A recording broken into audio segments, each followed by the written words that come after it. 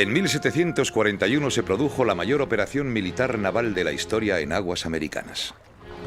Una operación anfibia de dimensiones no superadas por la Marina británica hasta el desembarco de Normandía en 1944 atacó la ciudad española de Cartagena de Indias. Entre sus defensores destacó uno de los hombres más incomprensiblemente olvidados de la historia de España, Blas de Lezo. Blas de Lezo y Olavarrieta nació en Pasajes de San Pedro, Guipúzcoa, de familia de marinos. En la ría que forma el Oyarzún, en su desembocadura, toda la vida mira al mar. La infancia de Blas de Lezo estuvo seguramente rodeada de leyendas de grandes navegantes, aventuras y el ejemplo cercano de una gente dura, trabajadora y audaz, que se adentraba en el océano en frágiles embarcaciones tras las ballenas. Con apenas 12 años, es enviado a Francia a estudiar y se alista en la Armada francesa al comienzo de la Guerra de Sucesión Española, en la que más que el trono de España se disputaba la hegemonía de los imperios a las puertas del siglo de las luces. En 1704 fue alcanzado por una bala de cañón que le destrozó la pierna izquierda, que hubo de ser amputada por debajo de la rodilla.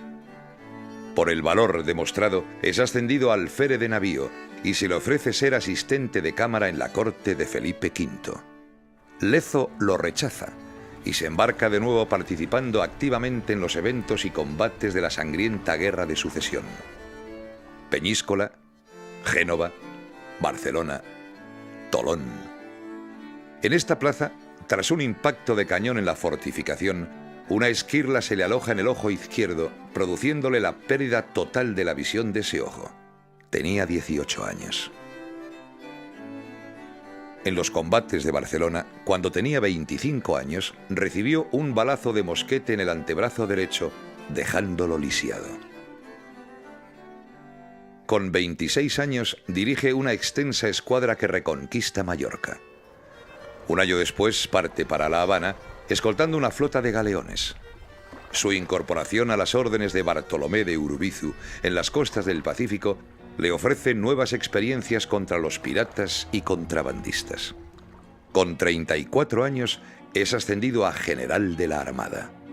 Su primer cometido como jefe de la Escuadra del Sur es hacerla operativa, ya que se encontraba en un estado lamentable, con unidades inservibles y sin medios económicos.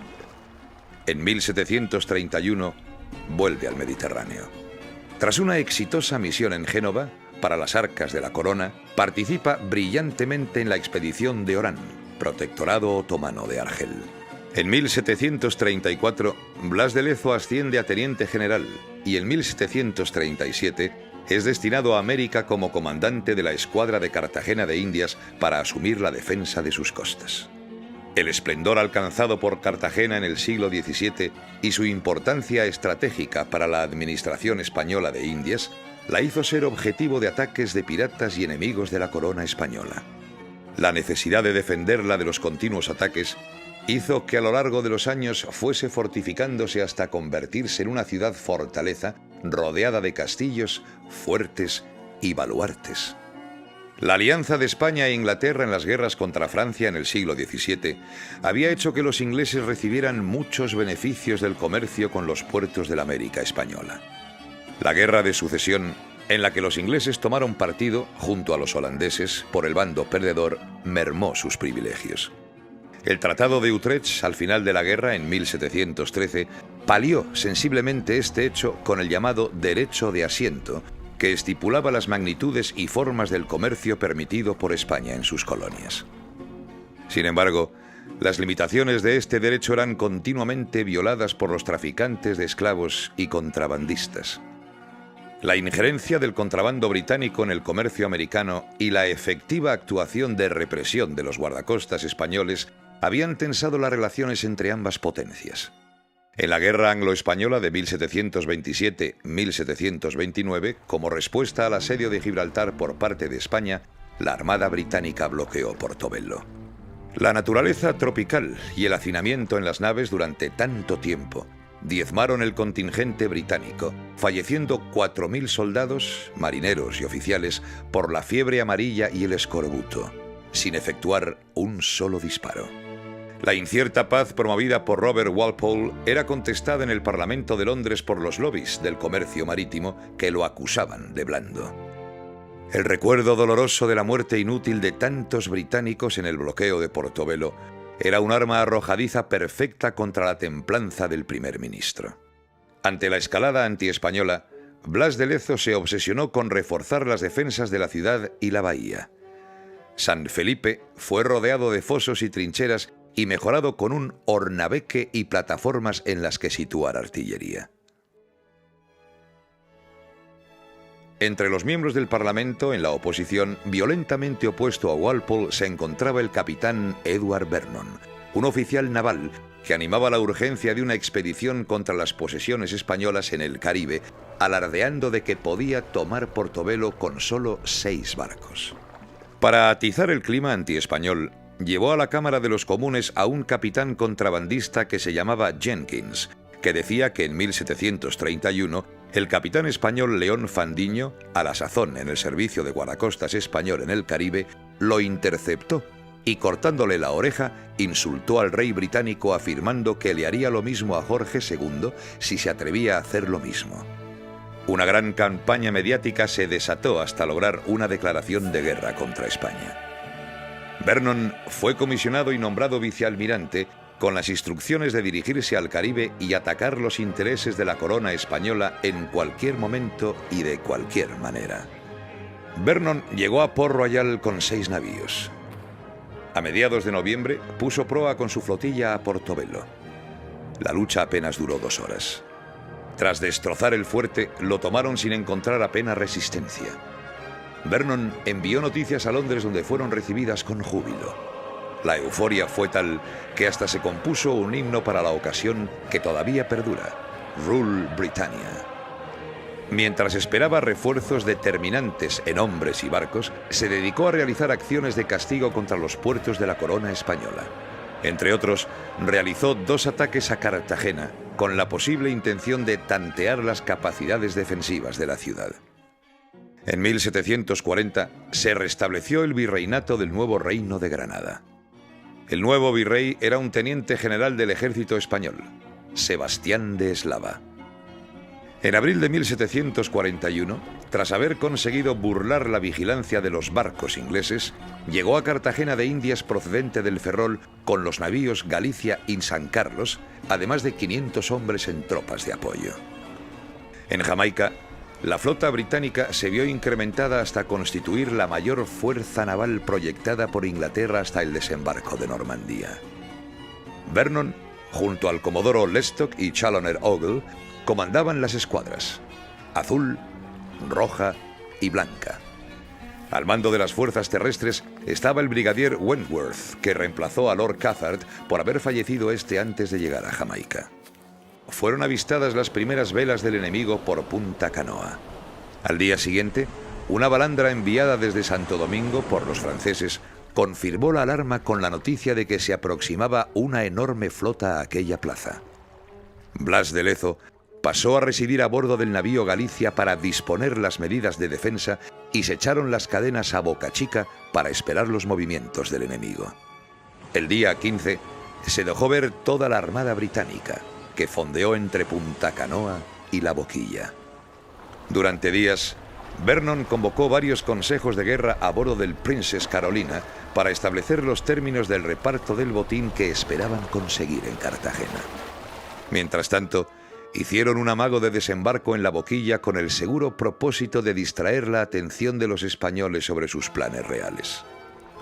Blas de Lezo dispuso situar los navíos Dragón y Conquistador en Boca Grande. La mayor potencia de fuego de los buques Galicia, África, San Felipe y San Carlos la reservó para Boca Chica. El fuego se inició el día 19, cuando 4 buques comenzaron el bombardeo del castillo de San Luis de Boca Chica y otros 3 lo hicieron contra las defensas de Tierra Bomba, destruyendo el reducto de la Chamba y las baterías de Santiago y San Felipe. Batidos por el fuego de las baterías de Punta Abanico y Varadero, 4 de los 7 barcos del enemigo tuvieron que retirarse a remolque. El mismo día, al anochecer, iniciaron el desembarco por la playa de la Chamba. Inmediatamente después del desembarco, Las diferencias de criterio entre el general Wentworth, al mando de las tropas de tierra, y el almirante Vernon, jefe de la expedición, comenzaron a manifestarse. Vernon urgía a Wentworth a apresurarse en el ataque al castillo de San Luis. El retraso se debía a que las tropas desembarcadas estaban continuamente hostigadas desde las baterías de Punta Abanico y Varadero. El día 30, los ingleses dirigieron un ataque contra estas baterías, pagando un precio de 200 bajas debido a su exceso de confianza. Son reconstruidas al día siguiente. El día 31, Desnos, gobernador del castillo de San Luis, hizo una salida para entorpecer el montaje de la batería que armaban los ingleses, poniéndolos en fuga. Desde el 2 de abril, la artillería de Vernon comenzó a batir el castillo de San Luis con el aumento de 6 morteros de granada reales de una manera sistemática, apoyados por el fuego de la artillería naval de las escuadras roja y azul en pasadas incesantes. Una bala de cañón arrancó las patas del taburete en que se sentaba el virrey, reunido con Blas de Lezo en el castillo del Galicia, y ambos resultaron heridos por las astillas. El día 5, viendo el gobernador Desnos que venía el enemigo avanzando en 3 columnas, resolvió poner bandera blanca. La respuesta de los ingleses fue el fuego de las baterías y la aproximación de las tropas en ademán de no oír proposición alguna. Toda la tropa fue evacuada a tiempo sin riesgo. Otras embarcaciones fueron a rescatar a la guarnición de San José y destruir su artillería para privar al enemigo de esa ventaja. El Galicia cayó en manos del enemigo con su capitán, Juan Jordán, y 30 hombres de su tripulación. El San Felipe embarrancó con su popa en el bajío de la batería de San José, se le prendió fuego y por accidente se incendió con él el navío África. Solo el San Carlos se consiguió que se hundiese en el centro del canal. Tras despejar el canal de Boca Chica, toda la flota británica comenzó a entrar en la bahía. El día 6, a las 3 de la madrugada, el virrey y Blas de Lezo decidieron enganchar todas las embarcaciones del comercio de galeones entre el Castillo Grande de Santa Cruz y Manzanillo para bloquear el paso a la Bahía de las Ánimas. Se dispusieron los 2 navíos de guerra que quedaban, para hundirlos y así cerrar las 2 bocas del puerto en caso necesario. Al mismo tiempo, se evacuó el Castillo Grande de Santa Cruz para unir su guarnición a las fuerzas de la plaza. Los ingleses estaban atracados ya en Punta de Perico, dentro de la bahía, e intentaron un desembarco en Manzanillo que fue rechazado. Uno de los navíos atacantes se atracó a la popa del conquistador que estaba semi-hundido y se lo llevó arrastrando, con lo que dejó expedita la entrada. A partir de ese momento, entraron en la bahía interior. Comenzó el bombardeo de la ciudad. El desembarco se realizó por 3 partes, formando 3 columnas que, hostigados por los piquetes españoles reforzados por los arqueros indígenas, se concentraron en el tejar de Gavala, donde se fortificaron. El día 17 tomaron el tejar de la popa y también el de Lozano. Las tropas americanas del contingente de Vernon, que habían desembarcado por la boquilla, tomaron por su cuenta el cerro de la popa. Tras un intenso mes de campaña, la flota fondeada en Punta Perico soportaba los rigores del clima tropical y la incógnita de cuánto se iba a tardar en llegar a un desenlace. Blas de Lezo conocía el valor militar de esa demora. Si se conseguía resistir hasta la llegada de las lluvias a final de abril, Vernon habría perdido. Las tropas de Wentworth hacían avances demasiado discretos. Los oficiales de tierra se quejaban de que no tenían el debido apoyo artillero naval, mientras que los jefes navales, conocedores de las características de la bahía, se negaban a arriesgar sus naves estérilmente. A Vernon le atormentaba la idea de repetir el desastre de Portobelo de 1727, sobre todo después de mandar emisarios a Londres anunciando anticipadamente su victoria. Esta noticia les llenó de orgullo y se acuñaron monedas conmemorativas. Para Vernon era de vital importancia aislar la ciudad. La pieza clave para lograrlo era el castillo de San Felipe de Barajas, por su posición de dominio sobre Cartagena. Desde el día 21 al 25 aumentaron el fuego de las baterías de tierra contra el castillo, sin conseguir abrir brecha. Ante la insistencia de Vernon, se decidió realizar un asalto masivo contra San Felipe. Fue planeado como un ataque nocturno. Washington con los americanos atacaría por el noroeste, Grant por el norte, Wynyard por el este, con el grueso de las tropas inglesas, y de Guise por el sureste y por el sur. Blas de Lezo, desde la batería de la Media Luna, junto a Sebastián de Eslava, atiende el combate y cursa órdenes y sostiene los suministros de munición de las unidades. A las 3 de la mañana se inició el asalto desde la Quebrada del Cabrero, por el norte, por la parte del cerro con menos pendiente. El factor oscuridad no sirve, pues apenas se inicia el ataque, se hace de día. Blas de Lezo envió a 200 hombres de tropa de marina para reforzarlo. Tras fracasar los intentos por los distintos flancos, lo intentaron por el noreste, en donde fueron demediados por la fusilería española. De repente, desde el castillo, que por su posición privilegiada como otero del escenario de la batalla había permitido a sus defensores observar la frágil determinación de los atacantes, se produjo una salida a bayoneta calada que hizo cundir el pánico a los ya exhaustos soldados británicos. La desbandada de las tropas de tierra acrecentó la tensión entre Vernon y Wentworth. El día 26, los ingleses condujeron al capturado navío Galicia dentro de la bahía interior para intentar hacer brecha con su artillería en la muralla de Cartagena. Ante el fracaso de la acción, le cortaron las amarras y lo dejaron al pairo. Sin mucha fe, este hecho era el aviso de que ya no confiaban en la posibilidad de la victoria. En un consejo de guerra celebrado en el buque insignia de Vernon, con los otros jefes navales decidieron desistir de la empresa por impracticable. A partir de ese momento, los británicos comenzaron su retirada, con buques averiados, insuficientes tripulaciones para las embarcaciones hábiles, con multitud de moribundos que acrecentaba el horror de las desmoralizadas tropas. Pese a todo, durante su retirada, aprovecharon para desolar las defensas que tenían en su poder.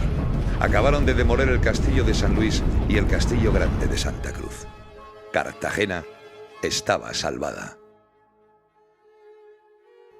Vernon volvió a Londres. Su desastre en Cartagena se silenció. Blas de Lezo murió el 7 de septiembre de ese año. La defensa de Cartagena fue posible por la resolución de muchos hombres valientes, encabezados por Blas de Lezo, que defendieron con conocimiento y coraje lo que les pertenecía. Medio hombre, un hombre completo para los suyos, un hombre completo para la historia. Blas de Lezo para siempre.